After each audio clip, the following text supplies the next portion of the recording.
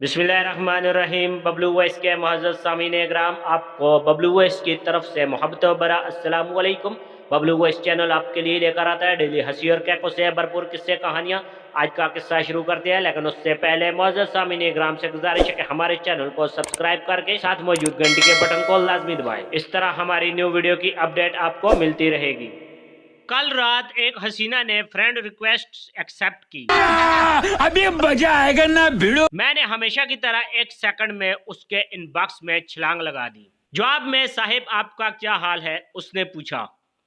मैंने डरते डरते कहा कि जी मैं ठीक हूँ। उसने कहा अपना मोबाइल नंबर दीजिए प्लीज।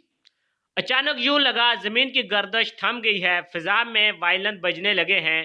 उसका मरमरी जिस्म चमकता हुआ मेरे आंखों के सामने आ गया। सुनहरे डाई किए हुए लंबे बाल, गुलाबी गाल, शहद टपकते होंठ, लंबी सुराईदार गर्दन, मस्तानी हवा से नशे में चूर चाल। रहा नहीं जाता, तड़प ही ऐसी है ना। सब मेरी आंखों में घूम गया। खैर, मैंने मुश्किल से अपना नंबर याद करके उसे बता दिया। अगले ही लम्हे उसकी कॉल आ गई।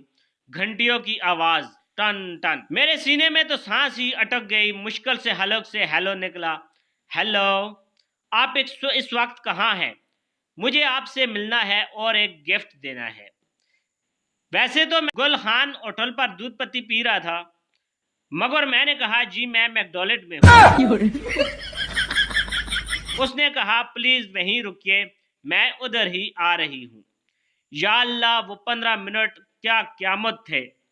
मैंने मलक नूर मसहूद का रक्षा 200 रुपये में बुक करवा कर मैकडॉनल्ड्स की तरफ भगाया।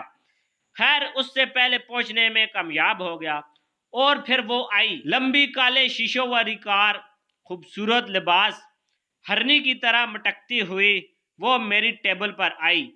उसके हाथ में एक बड़ा सा गिफ्ट पकड़ा हुआ था। मुझे लगा मेरी बरसों की रियाजत काम आ गई। वो सामने बैठी, चेहरे से काला चश्मा उतारा, अपनी झील जैसी आंखों से कातलाना नजर मुझ पर डाली, गिफ्ट ओपन करना शुरू कर दिया। अंदर से एक बड़े साइज का शीशा निकाला और मेरे चेहरे के सामने करते हुए बोली, कुछ भी कुछ भी। मुझे लगता है आपके घर में आईना नहीं है। इसमें गौर से अपनी आलू जैसी शक्ल देखो।